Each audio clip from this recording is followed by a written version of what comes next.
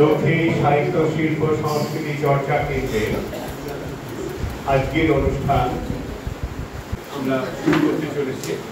আমাদের অনুষ্ঠানের মধ্যে আছে সারস্বত সম্মাননা এবং স্মারক বক্তৃতা। আমরা সম্মাননা জানাচ্ছি এই এলাকার বিশিষ্ট সাংবাদিক শ্রী অমর নস্করকে। আর আজকের এই স্মারক বক্তৃতা দেবেন আর একজন ভারত বিখ্যাত সাংবাদিক, দূরদর্শনে আপনারা তাকে অনেকবার দেখেছেন, প্রেস ক্লাবের সভাপতি ডক্টর স্নেহাশিস সুর। তিনি আজকে স্মারক বক্তৃতা দেবেন এবং তার স্মারক বক্তৃতার বিষয় হল বাংলা সাংবাদিকতায় সাহিত্য। আমরা আর কয়েক মিনিটের মধ্যেই আমাদের অনুষ্ঠান শুরু করে দিচ্ছি। বাইরে যারা ঘুরছে তাদেরকে অনুরোধ করছি আপনারা দয়া করে ভেতরে চলে আসুন। বাইরে যারা আছেন তাদের অনুরোধ করছি আপনারা দয়া করে ভেতরে চলে আসুন। আমরা আর 1 মিনিটের মধ্যেই আমাদের অনুষ্ঠান শুরু করব।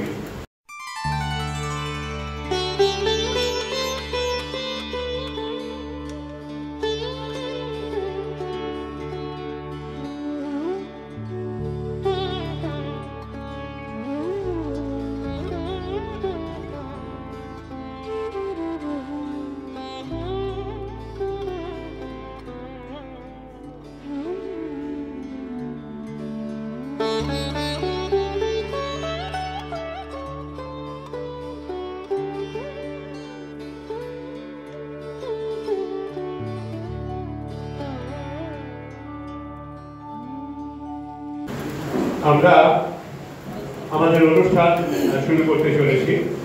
আমাদের অনুষ্ঠানটা শুরু হবে উদ্বোধন সঙ্গীত দিয়ে। উদ্বোধন সঙ্গীতটি অবশ্যই বন্দে মাতরম, কারণ এই সঙ্গীতটির 150 বছর পূর্তি আজকে এই বছরে 2024-এ। সেই জন্য আমরা বন্দে মাতরম গানটিকে পছন্দ করেছি আজকে উদ্বোধন সঙ্গীত দিয়ে। আমাদের এই অনুষ্ঠানটিতে যারা বিশিষ্ট অতিথি আরো যারা এসছেন তাদের কথা আমরা পরে বলছি। আমাদের মধ্যে উপস্থিত আছেন ডক্টর দিলীপ মজুমদার, বিখ্যাত লেখক, তিনি আমাদের সঙ্গে আছেন। আপনাদের সঙ্গে তাদের পরিচয় করিয়ে দেব একটু পরেই। আমরা আমাদের অনুষ্ঠান শুরু করছি উদ্বোধন সঙ্গীত দিয়ে। উদ্বোধন সঙ্গীত গাইবেন শ্রীমতী অন্নপূর্ণা ঘোষ রায় এবং তার সহশিল্পীবৃন্দ। শুরু হচ্ছে আজকে আমাদের সম্মাননা অনুষ্ঠান ও স্মারক বক্তৃতা 2024 দক্ষিণী সাহিত্য শিল্প সংস্কৃতি চর্চা কেন্দ্রের সম্মাননা অনুষ্ঠান ও স্মারক বক্তৃতা 2024। উদ্বোধন সঙ্গীত শ্রীমতী অন্নপূর্ণা ঘোষ রায় ও তার সহশিল্পীবৃন্দ।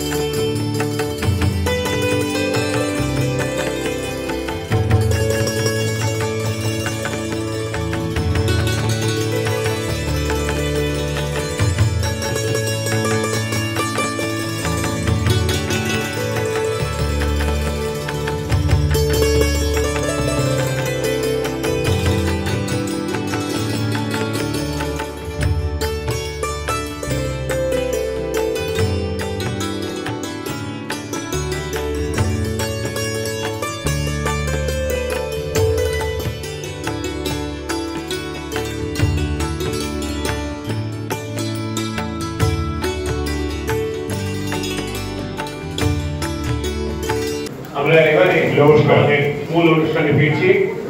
আজকের এই অনুষ্ঠানে সভাপতিত্ব করবেন আমাদের সংস্থার সভাপতি অধ্যাপক শুভেন্দু বারিক। আমরা স্যারকে এখানে আসার জন্য অনুরোধ করছি। সভাপতিকে উত্তরীয় এবং গাছ এই দুটি দিয়ে আমরা বরণ করে দেব। বরণ করে দেবেন আমাদের পক্ষ থেকে শ্রী কীর্তিনাথ ঘোষ।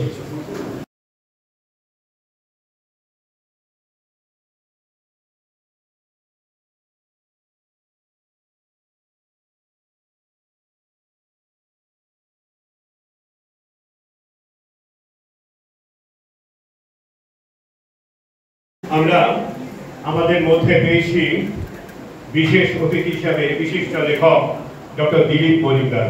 আমরা ডক্টর মজুমদারকে এখানে আসার জন্য অনুরোধ করছি, প্লিজ।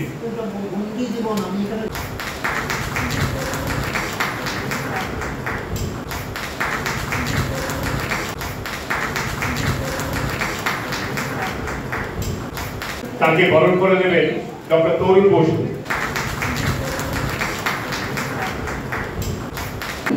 উত্তরীয় এবং গাছ দিয়ে তাকে বরণ করে দেবেন তরুণ বসু।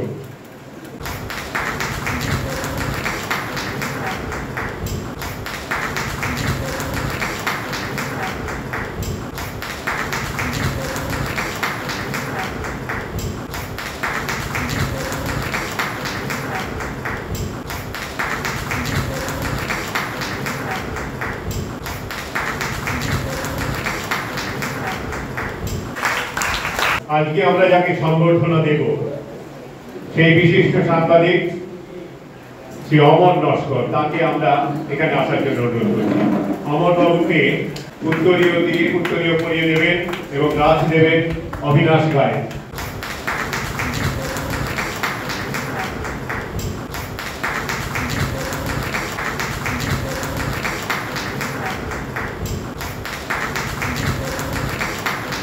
আমাদের সহ সভাপতি অবিনাশ রায়।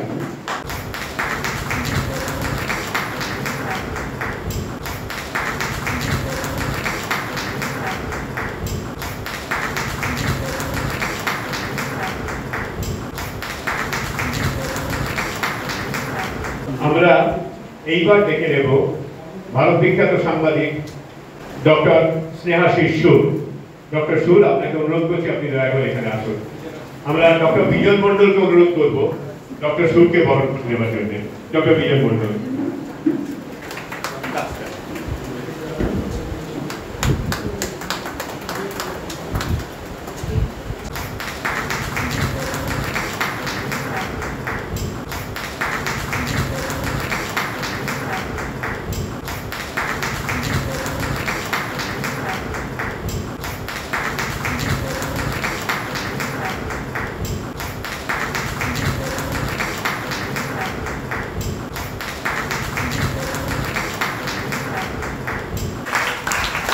সহসভাপতি আমাদের দক্ষিণী সাহিত্য শিল্প সংস্কৃতি চর্চা কেন্দ্রের সহসভাপতি ডক্টর বিজন মন্ডল বরণ করে নিলেন বিশিষ্ট সাংবাদিক স্নেহাশিস সুর মশাইকে। এইবারে আমরা ডাকবো আমাদের বিশিষ্ট অতিথিদের স্বাগত জানাবেন এবং অতিথিদের স্বাগত জানাবেন। আমাদের মধ্যে আছেন আমাদের সম্পাদক শ্রী স্বপন মুখোপাধ্যায়। আমরা স্বপন মুখোপাধ্যায়কে অনুরোধ করব স্বাগত ভাষণ দেবেন শ্রী স্বপন মুখোপাধ্যায়।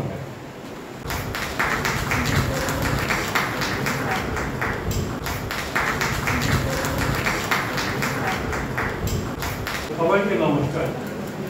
দক্ষিণী সাহিত্য শিল্প সংস্কৃতি চর্চা কেন্দ্রের পক্ষ থেকে আজকে সমস্ত অভ্যাগতদের আমি আন্তরিক অভিনন্দন জানাই, স্বাগত জানাই। আমরা সত্যি কৃতার্থ যে আপনারা আমাদের এই অনারম্বর ছোট্ট প্রতিষ্ঠানের অনুষ্ঠানে সবাই এসেছেন। আসলে কি জানেন, আমাদের অনুষ্ঠান নিশ্চয়ই খুবই অনারম্বর অনুষ্ঠান। আমাদের প্রতিষ্ঠান খুব ছোট্ট প্রতিষ্ঠান, কিন্তু এই ঠাকুরপুকুর, শখের বাজার, বেহালা, বসে এই অঞ্চলে অনেকগুলো ভালো সাংস্কৃতিক সংগঠন রয়েছে, যেখানে অনেক বড় বড় সাহিত্যিক আছেন, কবি আছেন, শিল্পী আছেন, বিভিন্ন সাংস্কৃতিক সংগঠন করবার জন্য অনেক মানুষ এই অঞ্চলে আছেন এবং তারা অনেকেই পতিত দশা। আমরা একটি প্রান্তে রয়েছি, কিন্তু এটা পরম সৌভাগ্য আমাদের দক্ষিণী শিল্প সাহিত্য সংস্কৃতি চর্চা কেন্দ্রে যে আমরা প্রায় প্রত্যেকে আনুকূল্য পাই, তাদের প্রশ্রয় পাই, তাদের সহযোগিতা পাই এবং প্রত্যেকে এখানে এসে উপস্থিত হয়েছেন। আজকে এই মুহূর্তে যাদের সামনে দেখতে পাচ্ছি তারা এই অঞ্চলের প্রত্যেকেই সংস্কৃতি মনস্ক মানুষ, সংগঠক, অনেক কবি সাহিত্যিক শিল্পী এখানে রয়েছে। তারা আমাদের কাছে এসেছেন, এটা আমাদের বড় সৌভাগ্য। এবং শুধু তাই নয়, এটা আজকের দিনটা একটা যেদিন আমরা এই শারদোৎসব সম্মানটি দিয়ে থাকি, সেই দিন তারা দয়া করে সবাই আসেন, আজকেও এসেছেন। এইটুকু শুধু বলবার, দক্ষিণী সম্পর্কে আপনারা জানেন, দক্ষিণী এই যে প্রতিষ্ঠানটি দক্ষিণী সাহিত্য শিল্প সংস্কৃতি চর্চা কেন্দ্রে যারা আজকে প্রথম এসেছেন তাদের কাছে শুধু একটু বলবার যে আমরা কি করি। আসলে আমরা প্রত্যেক মাসের গোড়াতে একটা বিষয় দিয়ে দেই, যে বিষয়ের ওপরে আমরা মাসের শেষ শনিবারে একত্রিত হয়ে চর্চা করি। চর্চা করি মানে কি, এখানে ওই বিষয়টার উপরে আমরা তৈরি হয়ে আসি, নিজেরা পড়াশুনো করে যেখান থেকে যা পারি সংগ্রহ করে একত্রিত হয়ে বসি।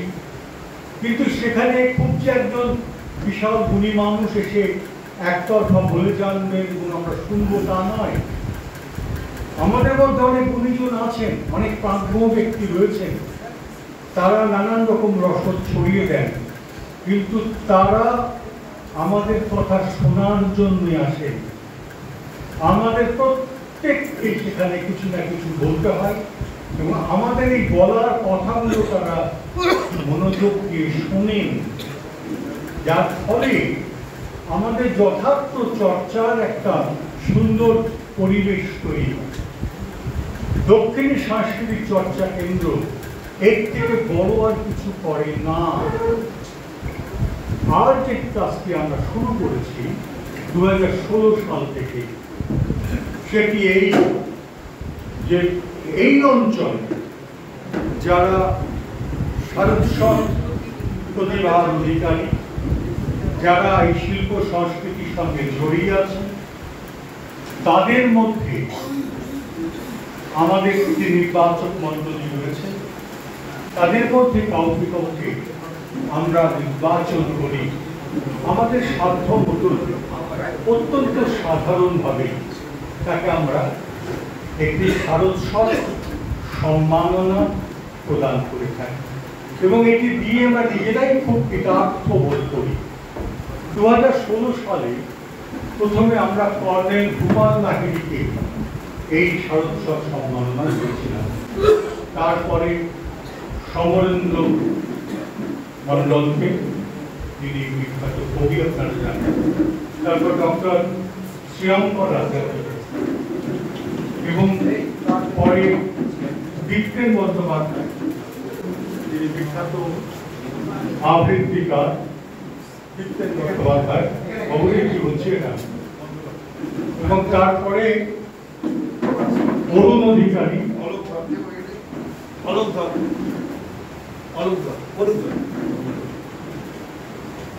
এবং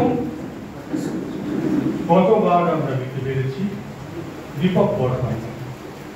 এই ছজনকে আমরা দিয়েছি এবং এবছর যাকে আমরা এই শারদোৎসব সম্মাননা দেওয়ার জন্য প্রস্তুতি নিয়েছি, তিনি তাকে আপনারা সবাই চেনেন, বিশেষ করে এই অঞ্চলের শিল্প সংস্কৃতির সঙ্গে যারা জড়িয়ে আছেন তারা প্রত্যেকে অমরতাকে চেনেন না এমন কেউ নেই।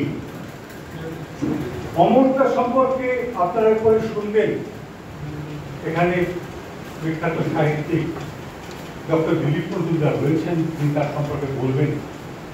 আমি শুধু এইটুকু বলতে চাই অমরতা সম্পর্কে যে এই অঞ্চলে এই যে বইমেলা শুরু হয়েছিল আজ থেকে 26 বছর আগে, তার যারা পথিকৃৎ তাদের মধ্যে নিশ্চয়ই আমরা যার নাম করতে পারি, তিনি হচ্ছেন অমর নস্কর। তাছাড়া এই অঞ্চলে যারা ছিলেন বিখ্যাত অভিভাবকের মতো যারা ছিলেন, যেমন প্রভাত রঞ্জন রায় ছিলেন শান্তিপুর চট্টোপাধ্যায়, তাদের সহযোগিতা ছিল, কিন্তু যিনি তাদের আশীর্বাদ দিয়ে এই কাজটা শুরু করার জন্য তাদেরকে উদ্দীপিত করেছিলেন বলবো আমি, তিনি অমর নস্কর। আর এই মানুষটি যথার্থই কোনো কর্পোরেট হাউসের সহযোগিতা ছাড়া একটি আঞ্চলিক পত্রিকা বার করেন, তার নাম দুর্বার করেন। এবং এই পত্রিকাটি তিনি যে প্রকাশ করেন নিয়মিত 2 টাকার বিনিময়ে, তার এটির জন্য সংবাদ সংগ্রহ করার তার যে শক্তি, সেটা হচ্ছে নিজের শ্রম এবং একটি সাইকেল। আমরা সেই জন্য অমরদাকে ডাকতাম সাইকেল সাংবাদিক বলে। গ্রামে যে কোনো প্রান্তে আমি নিজে গিয়েছি, অমর আমায় নিয়ে গিয়েছেন মহেশতলা, কোথায় বিভিন্ন জায়গায়, তিনি সেখানে এই সংগঠনগুলির সংবাদ পৌঁছে দেন। সেইখানে যাতে মেলা হতে পারে, সেখানে যাতে বইমেলা হতে পারে, তার জন্য উদ্যোগ নেন। তাছাড়া একটি বড় কাজ তিনি করেন, সে কথা নিশ্চয়ই বিদ্যা বলবেন আপনাদের। তিনি কয়েকটি আকর গ্রন্থ তৈরি করেছেন এই দুর্বার কলমের সাহায্যে, পরিবেশ নিয়ে, জল নিয়ে, পরিবেশ নিয়ে, তাছাড়া বৃক্ষ নিয়ে, এবং বর্তমানে একটি করেছে, গতবারই করেছেন, এবং এবারটা দ্বিতীয় বেরোবে, এডিশন বেরোবে, সেটি হলো মেলা নিয়ে। এই কাজগুলি গবেষকদের খুব কাজে লাগে। সেই জন্যে অমরদার হাতে আমরা এবারের এই সরস্বত সম্মাননা করে দিতে পেরে নিজেরা খুব কৃতার্থ বোধ করছি। আমার বিশেষ কিছু বলবার নেই, একটা কথা শুধু আমাদের দক্ষিণের পক্ষ থেকে বলবার, যে আপনারা যদি আমাদের এখানে আসেন তাহলে শুনবার মানুষ পাবেন। আমাদের এখানে আমরা যারা কিছু বলি, আমরা যতটুকু বলি ততটুকু শুনি। আমাদের এখানে শোনা এবং বলার মানুষ সমান সমান। আর আমাদের লোগোটার দিকে একটু তাকিয়ে দেখুন, দক্ষিণের লোগোটা, এটা তৈরি করে দিয়েছেন তরুণবাড়ি প্রখ্যাত শিল্পী, আপনারা তাকে জানেন। সেইখানে 4টে রঙের কাঁচ রয়েছে, কাঁচের জানালা রয়েছে। এই 4টে রং হচ্ছে লাল, নীল, সবুজ, হলুদ। অর্থাৎ সব চিন্তা, সব ভাবনা, সব মতের, সমস্ত মানুষের ভাবনা আমাদের মধ্যে আসুক, তাতে কোনো বাধা বন্ধ নেই। আর ওই যে পাখিটি বসে আছে, ওই পাখিটি হচ্ছে আমরা প্রত্যেকে নিজেদের স্বাতন্ত্র্য বজায় রেখে আমরা সবাইকে আমাদের এই দক্ষিণীতে স্বাগত জানাই, তাদের মধ্যে শুনতে চাই। আমাদের বলার থেকেও শোনার আগ্রহ বেশি। এবং আমাদের এই যে সভা হয় মাসের শেষ সভা, সেই সভাতে আমরা প্রত্যেকে যার যতটুকু সাধ্য সেটুকু যেটা তৈরি করে আসি আমরা বলি, এতে করে আমাদের একটা যথার্থ চর্চার জায়গা তৈরি হচ্ছে। এইটুকুই আমাদের সংস্থা সম্পর্কে বলবার। আর বারবার আপনাদের কাছে কৃতজ্ঞতা জানাবার যে আপনারা আমাদের এইভাবে, ঘর ভরে গেছে তা ভাবা যায় না। কিছু কিছু জায়গায় যাওয়ার সুযোগ আমারও ঘটে, কিন্তু বসার জায়গা দিতে পারিনি আমরা, এমনভাবেই ভরে গেছে। এমন দৃশ্য আজকাল কোথাও দেখা যায় না। ফলে আমরা সত্যিই আপনাদের কাছে কৃতজ্ঞ। আরেকটি কথা বলবার রয়েছে, সেটি হচ্ছে তপনদাকে সকালবেলা আমি যথারীতি সবাইকে টেলিফোন করেছি, তপনদাকে টেলিফোন করেছিলাম। তপনদা আমাদেরই মানুষ, প্রখ্যাত সাহিত্যিক তপন বন্দ্যোপাধ্যায়। তপনদা আমায় বললেন, আমি আপনাকে টেলিফোন করবো ভাবছিলাম, কিন্তু সংকোচ হচ্ছিল। কেন, কি হয়েছে? আসলে আজকে সকালবেলা ঘুরতে গিয়ে একেবারে হোঁচট খেয়ে পড়ার মতন অবস্থা। আমি আজকে মুখ থুবড়ে পড়ছিলাম, কোন রকম করে সামলে নিয়েছি ঠাট্টা করে। কি হলো? পড়ে গেলে বিপদ ছিল। সে কি কথা? বললেন আমি শুয়ে আছি, আমি ফাটি গান পেয়ে আমি যাব। আমি বললাম কখনো না, একা তো নয়। আমি আমাদের মতো বুঝি আছেন দুর্গাদাস বিদ্যাবাসের, আপনারা জানেন নারায়ণ পত্রিকার সবাই আপনারা চেনেন। ওকে দায়িত্ব দিলাম যে উনি নিয়ে আসবেন। দুর্গাদাস বাবু আমাকে পরামর্শ দিলেন যে স্বপনদা এ কাজটি করবেন না, অর্থাৎ তপনদাকে আনবেন না। তপনদা চাইবে যেতে, আমি গাড়ি ব্যবস্থা করেছিলাম, কিন্তু আপনি আনবেন না, আপনি না বলুন। এবং আমি না বলছি। তপনদা শুয়ে আছেন, আমাদের আশীর্বাদ করছেন, তার শুভেচ্ছা রয়েছে, আসতে পারেন। আমরা বিশেষ অতিথি হিসেবে পেয়েছি আমাদের মধ্যে দিলীপ মজুমদার মশাইকে। তাকে আপনারা জানেন, তিনি ঊনবিংশ শতাব্দীর একজন গবেষক। তার অনেক বইপত্র রয়েছে, সাহিত্যিক মহলের তার পরিচিতি রয়েছে, তিনি দয়া করে এসেছেন। আর স্নেহাশিস সুসম্পর্কে একটু না বললে আমার মন ভরবে না। যেদিন আমি ওনাকে বললাম আসবার জন্য, বলে সব বনাশ করেছি। আমি তো ফিরছি 10 তারিখে ম্যাঙ্গালোর থেকে, তাহলে আমি যাবো কি করে? আমার এখানে ফ্লাইট না আপনি 2টোর সময়, 4টে আপনার ওখানে আমি যাবো কি করে? আপনি বলেছেন আপনার সংগঠন চাইছে, আমি যাব, আমি প্রিপন করব। আমি 9 তারিখ অনুষ্ঠানের পরেই আমি আমার ফ্লাইট ধরছি, ক্যান্সেল করছি 10 তারিখ। 9 তারিখে ফ্লাইট ধরে আগের রাত্রে আসবো, যাতে 4টের সময় আপনার ওখানে 10 তারিখ যেতে পারি। তিনি এসেছেন 4:10 আমাদের সংগঠনের সৌভাগ্য। তিনি আজকে একটি গুরুত্বপূর্ণ বিষয়ের উপর প্রতি বছর আমরা একটি স্মারক বক্তৃতার আয়োজন করি। এবছর স্মারক বক্তৃতা হচ্ছে বাংলা সংবাদপত্রের সাহিত্য এ সম্পর্কে তিনি বলবেন। আমি আপনাকে অনেকটা সময় নিয়ে নিয়েছি। আমার যেটুকু প্রকৃতপক্ষে যে কথাগুলো না বললেই নয়, কথাটি জানাবার জন্য এখানে দাঁড়ানো, এর পরের কাজ।